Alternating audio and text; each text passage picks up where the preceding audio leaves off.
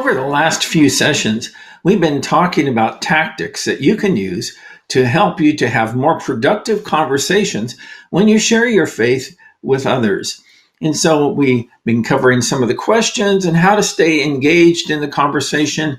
But now what we want to do is look at some of the fallacies that people oftentimes bring up in these types of conversations. And so Jacob Varghese is helping me with this presentation. And Jacob, welcome. You live in the United Arab Emirates. Is that correct? Absolutely. Are you a student there, or are you working? What are you doing there? Well, I finished my undergrad in economics, and so right now I'm no longer a student. I am looking forward to pursuing my master's pretty soon. Okay, great, good for you. So, tell us a little bit. Last time in our visit together, you had mentioned a whole list of fallacies. Now, obviously, we're not going to take an exhaustive look at each one of these fallacies, and there's probably a whole lot more than just the ones that you've listed. But give us an idea of some of the main fallacies that people encounter when they're sharing their faith with others, and maybe give us an example of what those fallacies look like and how to answer them. Yes. So in our last interaction, I just hinted at just four. Like you mentioned, there are a lot more, but I just hinted at just four of those that I think they are pretty common in our interactions in these dialogues. And Greg Kokel has some pretty good names for these. He calls them formal suicide, practical suicide, sibling rivalry, and infanticide. So these are very pretty interesting names, but they are very frequent, in fact, and also very important that we have some idea on what these fallacies are in fact are, even if you don't remember the names later on, so that you can identify when these fallacies pop up and take them head on. Okay, so you mentioned a formal suicide. Was that correct? Right. Yes. Yeah. Tell me what that would look like. Well, this is the typical fallacies that we are normally familiar with. So genetic fallacies and all the normal fallacies that we normally call them, these are formal fallacies in that there is a suicide that the person commits in their formal thinking. So an example would be when someone says there is no truth. So that would be a prime example of this form of formal suicide. So they commit Yes. a formal fallacy in their thinking itself. It's official, like you can tag it as a fallacy, and that's why he calls it a formal suicide. And like I said, it's pretty common. People do things like genetic fallacy and ad hominem attacks, red herring, all of these sorts of things. And that's the first category that you can be on the lookout for. And if Yeah. I recall Okay. right, Dr. Bob Bennett, who was on our podcast, who's actually a humanist, he was on our podcast, and he has noted down around 300 such logical fallacies out there. So there's a lot for people to pick up and drill their entire argument with. So that's the first one. It's called formal Yeah. suicide. Yeah. So when you stop and think about that, when somebody says that there is no truth, we can always ask them, well, is that true? That there is no truth. And so when we're talking about suicide, it commits suicide because that's really a truth claim itself. When Yes. people say when they say that there is no truth. Another one, you were talking about the genetic fallacy, and another one is that people would say that, well, you're only a Hindu because you were born in India. You're only a Christian because you were born in the West. You're only a Muslim because you were born in a Muslim state. And so they're saying that where the genetics, where this comes from, where your beliefs come from, are really the key factor. How would you answer somebody who says something like that? Well, normally when people say this, it is not merely an observation about how your geographical and sociological factors come into play in the formation of your beliefs. But normally what they're trying to say is that the place where you're born invalidates the truthfulness of what you're believing. So you're not. So they're trying to say that, well, you're not a Christian because Christianity is in fact true, or whether God exists, but you're merely a Christian because you were born in a Christian environment, and that sort of uh, structured you and sort of chiseled you in a way so that you would end up embracing Christianity. So they're actually going after the validity of the truth claim that you're holding on to. An immediate Yeah. response would be referring to examples like Richard Dawkins, Christopher Hitchens, Sam Harris. I mean, think any Western atheist and pick up that example and ask, well, what about these people? They believe that God does not exist, and they are actually born in Western nations.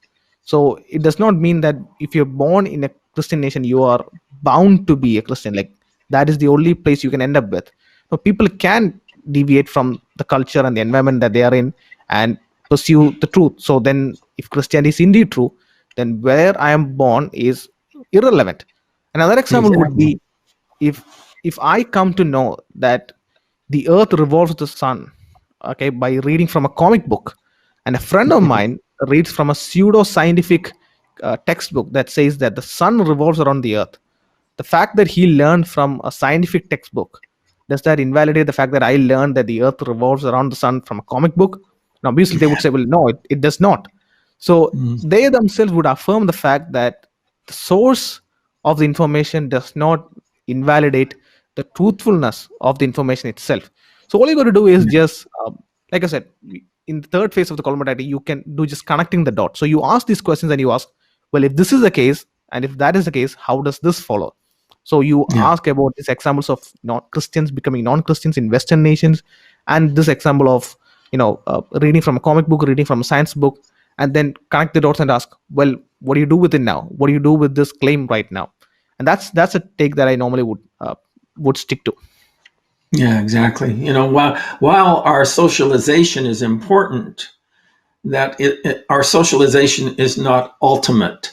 We have Right. to consider whether or not that what we're claiming or what we believe is really grounded in the truth. And we can boomerang that actually on the person who's the skeptic and say, well, you're only a skeptic and because you were raised or socialized that way. And so we have to we have to learn how to set aside these fallacies and to continue the pursuit of the conversation in a way that is going to get us closer to understanding the truth. The Yeah. truth of the matter. We all should be concerned about the truth of the matter, regardless of what side of the conversation that we're on. So you gave us a couple examples of formal fallacies. Tell us a couple of these informal fallacies that you mentioned. Yes, and these are known as practical suicide. So here's what it means.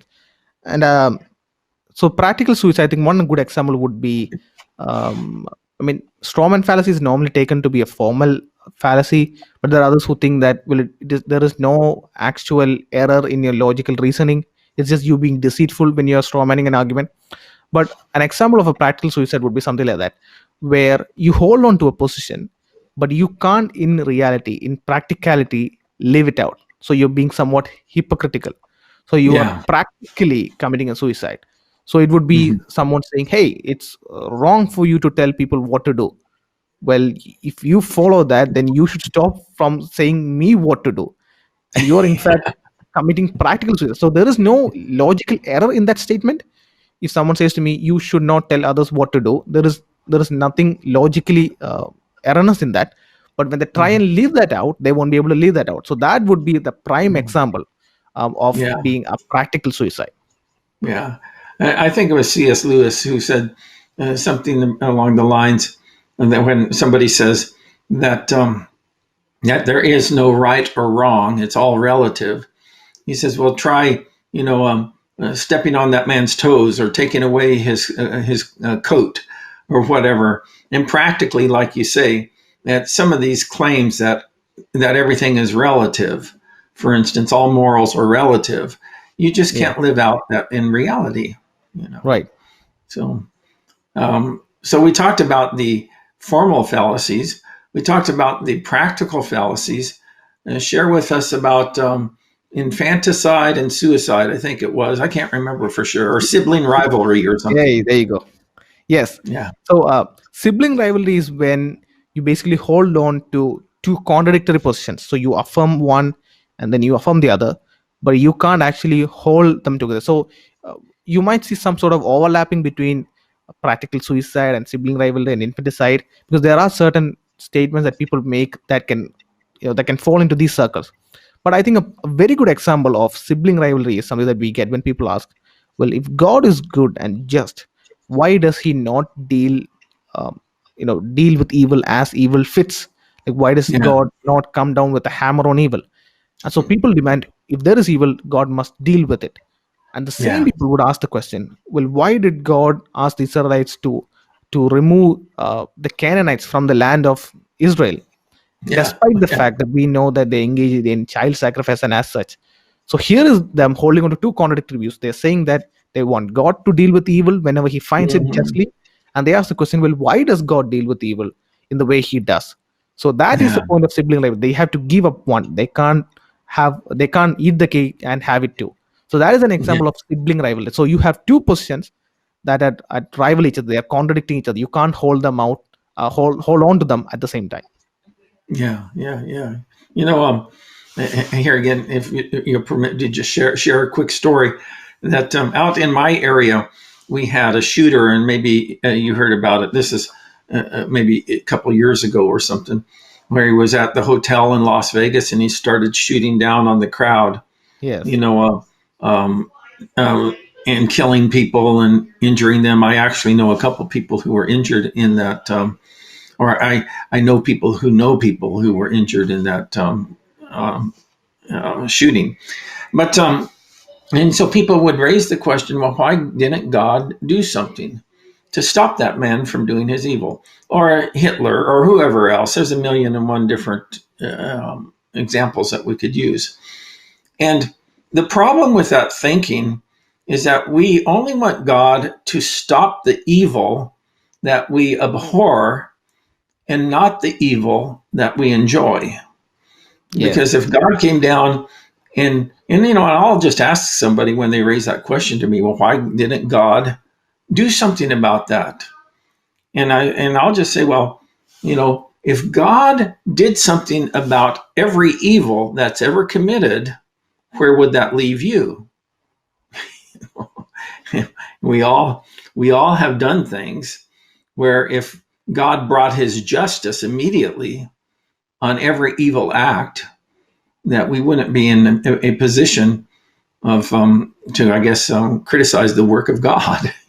Right. So, but so you were talking about the sibling rivalry, and then I think the other one was infanticide, and so Yes. maybe share a little bit about that point for us.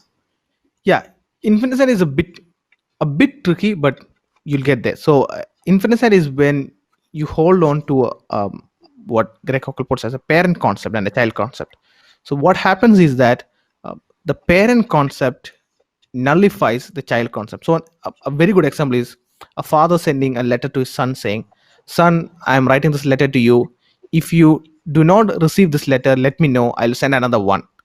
So that's where it's a very funny example of Yes. infanticide, where the parent concept, if it's true, will nullify the child concept that is also involved within the statement. And Yeah. a good example of that is again with the problem of evil. When people say, when they raise the problem of evil, they're actually denying the existence of God, and therefore they're actually denying an objective moral standard. So you need to have the parent concept, an objective moral standard, to raise a valid question on evil. And as long as you don't have, as long as you push out the question of the grounding of objective morality, there is no valid basis to ask or raise the problem of evil. And the moment you bring in God into the equation, the question loses its power. So if you deny the Mhm. parent, you no longer have the child. If you affirm the parent, again, you no longer have the child, so to speak. So that is an Yeah. example of infanticide where within yourself you have a broader concept that engulfs and nullifies the resulting concept that you are trying to put forward. Yeah. Yeah. Yeah. I was in a philosophy class once, and the professor was talking, and he was sharing the argument, and this was not a Christian college, and he was sharing the argument against God is that that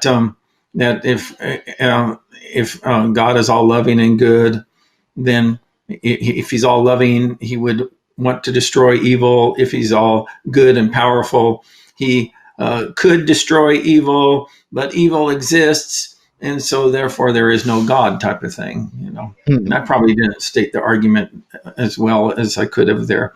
But so I was I just I raised the question. I said, well, what about evil? Does evil exist?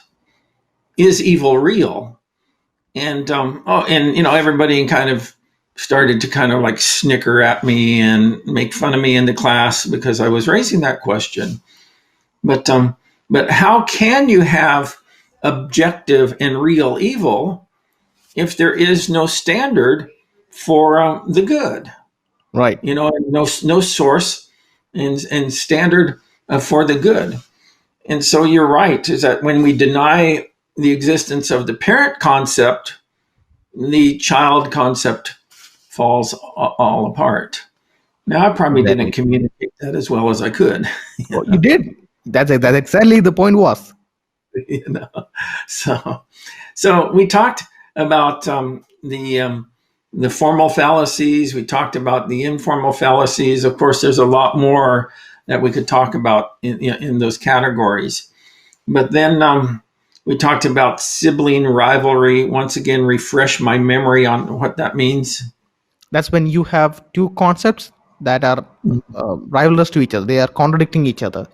Okay, so complaining about God killing the Canaanites Yes. and saying that all morality is relative, right? No, asking why does God deal with the Canaanites so, and then asking, well, why does God not do anything about evil that we see right now? Oh yeah. Okay, exactly. So we have that one where why did God kill the Canaanites, and then why doesn't God do anything about evil? Yes. And then we also have the infanticide, where essentially that if you don't hold to the parent idea, in this case, that God is the objective source of moral values and duties, we have no way of really saying that there is such a thing as objective evil, right? Exactly. There you go. Yeah. So you know, we're almost out of time here, so let's go ahead and wrap up. When you're talking about some of these fallacies, Jacob, any additional thoughts that you'd like to share with us? Well, sticking to these for fallacies, I mean, down the line, if we end up forgetting the specific names or the categories of it, um, keeping in mind how these fallacies normally function is key. When you're pointing out a fallacy, you don't need to name the fallacy at that point. People would like to do that to sort of say that, hey, I know what I'm talking about, but basically you just need to understand what those fallacies really are. Even if you forget the name sibling rivalry, if you can understand what that fallacy actually is, what that error in reasoning actually is, then you've got the job.